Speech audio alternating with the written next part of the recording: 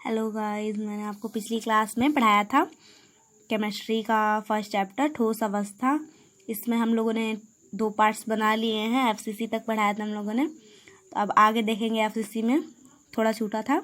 तो जो घन एकक सेल होता है एफसीसी में, उसमें जो 8 कोने पर होते हैं ना, उस पर उपस्थित होते हैं। ठीक है, क्या उपस्थित होते हैं? हमारे जो एकक सेल होते हैं। ठीक है, और वो जो उपस्थित परमाणु के होते हैं ना, वो 8 घनों के बीच में साझा करते हैं। जबकि जो फलक होते हैं वो केंद्र पर उपस्थित होते हैं और परमाणुओं का दोनों के बीच में साझा नहीं होता है। ठीक है,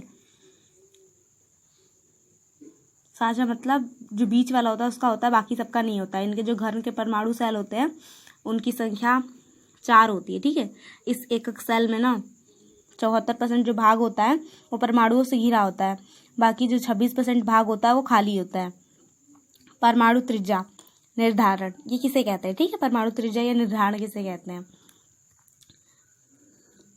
किसी घन एकक सेल में उपस्थित परमाणु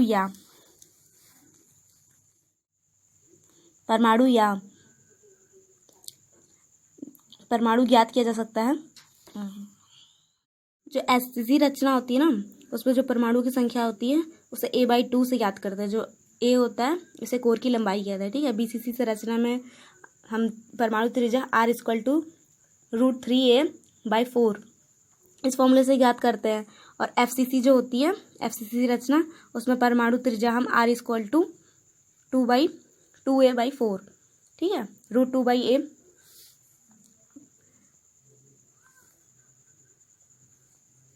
से ज्ञात करते हैं।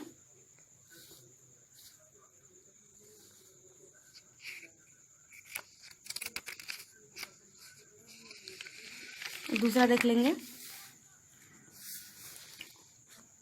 इसमें जो आयन परमाणु है, ये हम लोग इस पे एक क्वेश्चन करते हैं। ठीक है, ये फर्स्ट क्वेश्चन है इस चैप्टर का। इस पे एक क्वेश्चन किया है हम लोगों ने। जो आयन है, आयरन मतलब कि लोहा, उसकी जो परमाणु त्रिज्या है वो 124 pm, ठीक है, पिकोमीटर मतलब।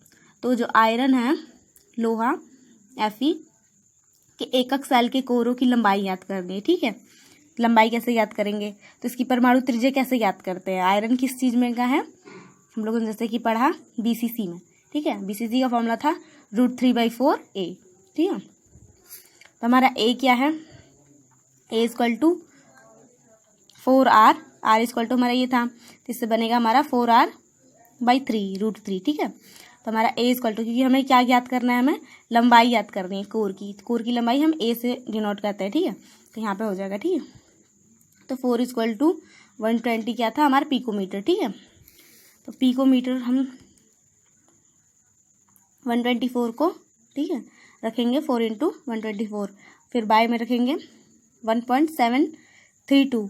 ये क्या होता है? ठीक है, ये हमारा जो √3 का मान होता है। ठीक है, जो हम लोगों ने पॉइंट में रखा है। ठीक है, और उसके बाद हम लोगों ने इसको 4 से मल्टीप्लाई किया है। उसके बाद इससे भाग करेंगे हम लोग। ठीक है, तो हमारा ये आएगा, ए का हमारा आ जाएगा। इसका आंसर होगा 286.3 pm, 286.3 pm पिकोमीटर। ठीक है, और दूसरा क्वेश्चन देख लेते हैं हम। Ne क्रिस्टल के फलक केंद्रित घन एकक सेल का कोर 620 pm परमाणु है। Ne परमाणु का अर्ध व्यास क्या होगा? हम लोगों को इसका अर्ध व्यास करना है। ठीक है, तो Ne होता क्या है? Ne मतलब निकेल। ठीक है, तो परमाणु त्रिज्या हमने फलक केंद्रित का ज्ञात करना है। इसकी परमाणु त्रिज्या होती है r = √2a/4। ठीक है, तो r = हो गया। इसको सॉल्व कर लेंगे तो हमारा a याद करना है। इसमें भी व्यास, परमाणु का व्यास ज्ञात करना है। ठीक है, अर्धव्यास। तो हम लोग लिखेंगे a = 4r/2। ठीक है, a = हमारा हो जाएगा 4 × 620। ठीक है, फिर नीचे हम लोग √2 को दशमलव में चेंज कर लेंगे, जैसे पिछले बार क्वेश्चन में किया था। उसके बाद हम इसको सॉल्व कर लेंगे। हमारा आंसर आ जाएगा। ठीक है, फिर अगली हेडिंग देखते हैं हम लोग, संकुलन क्षमता। संकुलन क्षमता किसे कहते हैं? ठीक है, इस चैप्टर में संकुलन क्षमता किसे कहते हैं? किसी एकक सेल कोशिका में परमाणुओं द्वारा घिरे भाग को उसकी संकुलन क्षमता कहते हैं। ठीक है, किसी परमाणुओं द्वारा जब जो भाग घिरा रहता है उसे उसकी संकुलन क्षमता कहते हैं। एससीसी जो संरचना होती है उसकी संकुलन क्षमता हमारी 52% होती है। ठीक है, और जो बीसीसी संरचना की संकुलन क्षमता होती है 68। एफसीसी संरचना की क्षमता होती है हमारी 74। ठीक है, ये संकुलन क्षमता किसे कहते हैं आप समझ ही होंगे।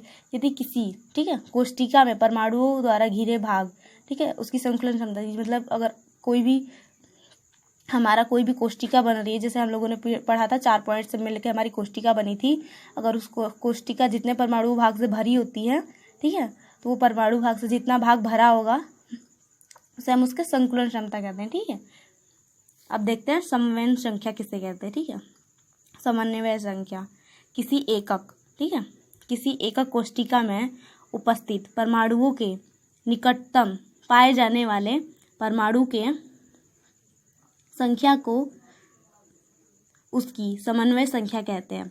यदि किसी एकक कोशिका है, कोई भी एकक कोशिका, उसमें जो उस परमाणु के निकटतम पाए जाने वाले जो परमाणु होंगे, मतलब परमाणुओं के बीच की दूरी कितनी है, एक दूसरे के कितने पास है, ठीक है, उसे उसकी समन्वय संख्या कहते हैं। ठीक है, तो जो एससीसी होता है हमारा, उसकी समन्वय संख्या 6 होती है। ठीक है, और जो हमारा बीसीसी होता है उसकी समन्वय संख्या हमारी 8 होती है, और जो एफसीसी होती है उसकी हमारी समन्वय संख्या 12 होती है। ठीक है, और इसमें एक नोट देख लेंगे।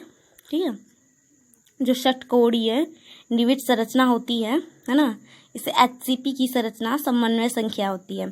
ठीक है, इसकी भी 12 ही होती है। ठीक है, एकक सेल का घनत्व ज्ञात करना। ठीक है, एकक सेल में घनत्व कैसे याद करते हैं? किसी घन एकक सेल का जो घनत्व होता है वो निम्न सूत्रों से ज्ञात किया जा सकता है। घनत्व इक्वल टू डी होता है। ठीक है, हमारा और जो हमारा घनत्व है उसको डी से डिनोट करते हैं। और घनत्व इक्वल टू क्या होता है सबको पता ही होगा, 10th क्लास में आप लोग याद किया होगा, 11th में भी पढ़ा होगा, द्रव्यमान बटा में आयतन होता है। तो डी इक्वल टू हो जाएगा हमारा Z/m/Na × AQ। तो हम देख लेंगे कि इन्हें ये क्या है। ठीक है, तो जो हमारा Z होता है ना, वो एक सेल में परमाणु संख्या होती है। ठीक है, जो M होता है वो परमाणु द्रव्यमान होता है। Na जो हमारा होता है अवगाद्रो संख्या होती है, इसका मान होता है 6.002 × 10⁻23। ठीक है, और जो Na का मान होता है वो हमारा वो कोर की लंबाई कहते हैं। ठीक है, इस पर हम एक क्वेश्चन देख लेंगे यहाँ पे आज। ठीक है, अगर आपको ना समझ में आए तो आप कमेंट से मुझसे पूछ भी सकते हैं। ठीक है, और वीडियो अगर अच्छी लगे तो इसे लाइक कर दीजिएगा, सब्सक्राइब कीजिए हमारे चैनल पे अगर आप पहली बार आई हैं तो। ठीक है, और बेल आइकन भी प्रेस कर दीजिएगा ताकि हमारी वीडियो आपको मिल जाए। तो देखते हैं क्वेश्चन को कि आयरन के काय केंद्रित घन, ठीक है, काय केंद्रित घन है ये। ठीक है, काय केंद्रित घन मतलब बीसीसी, और एकक सेल के कोर की लंबाई जो है वो 287 pm है, पिकोमीटर मतलब। और आयरन का जो परमाणु है वो परमाणु भार 55.85 है।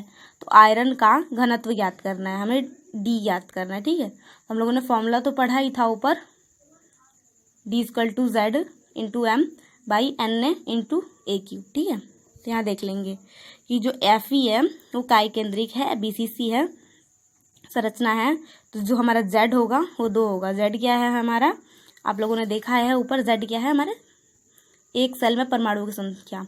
हमारे एक सेल में BCC के एक सेल में परमाणुओं की संख्या कितनी थी? 2। और कोरों की लंबाई कितनी थी हमारी, दे रखा है यहाँ पे 287। ठीक है, हम लोग लिख लेंगे 287 पिकोमीटर। पिकोमीटर को बदलने के लिए 1 पिकोमीटर इक्वल टू होता है 10⁻⁻8। ठीक है, तो हम लोगों ने इसे सॉल्व किया तो हमारा आया है। ठीक है, और उसके बाद परमाणु भार हमारा हो जाएगा, इसको सॉल्व करेंगे तो ये आएगा। इसको पिकोमीटर से सेंटीमीटर में चेंज करेंगे तो हमारा आएगा 2.87 इंटू 10⁻⁸, ठीक है, सेंटीमीटर। और उसके बाद परमाणु भार जो है हमारा, जिसको हम m से दर्शाते हैं, वो हमारा दे रखा है 55.85, ठीक है। और Na मतलब अवगाद्रो संख्या हम लोगों ने पीछे देखा भी था, ठीक है, 6.00022 गुणे 10⁻23, ठीक है। और घनत्व का फॉर्मूला हम लोगों ने देखा था, ठीक है, हमें उसका मान पता चल गया, ठीक है। तो हमारा मान था यहाँ पे z का मान हमारा 2 था, और परमाणु भार तो हमारा है ही, ठीक है, परमाणु द्रव्यमान, अवगाद्रो संख्या है, और उसके बाद हमारे पास यहाँ AQ मतलब जो कोर की लंबाई है उसका वर्ग भी है, ठीक है। इसको आगे देख, D = 111.05 हो जाएगा, ठीक है। और बेट में इसको सॉल्व करेंगे तो हमारा अवगाद्रो संख्या वैसे रहेंगे, इसका क्यूब करेंगे तो हमारा आएगा D = 111.70, नीचे हो जाएगा 142.35 गुणे 10⁻⁻1, ठीक है। द्रव्यमान का आखिरी मान आ जाएगा हमारा, जो हमें आयतन या घनत्व जो ज्ञात करना है, ठीक है, उसका मान आएगा हमारा D = 7.84, ठीक है, ग्राम प्रति सेंटीमीटर क्यूब। देखिए गाइस, प्लीज़ इस वीडियो को लाइक कीजिएगा और कमेंट कीजिएगा कि आपको ये वीडियो कैसी लगी। अगर कोई डाउट हो तो प्लीज़ पूछिएगा, ठीक है, और थैंक यू।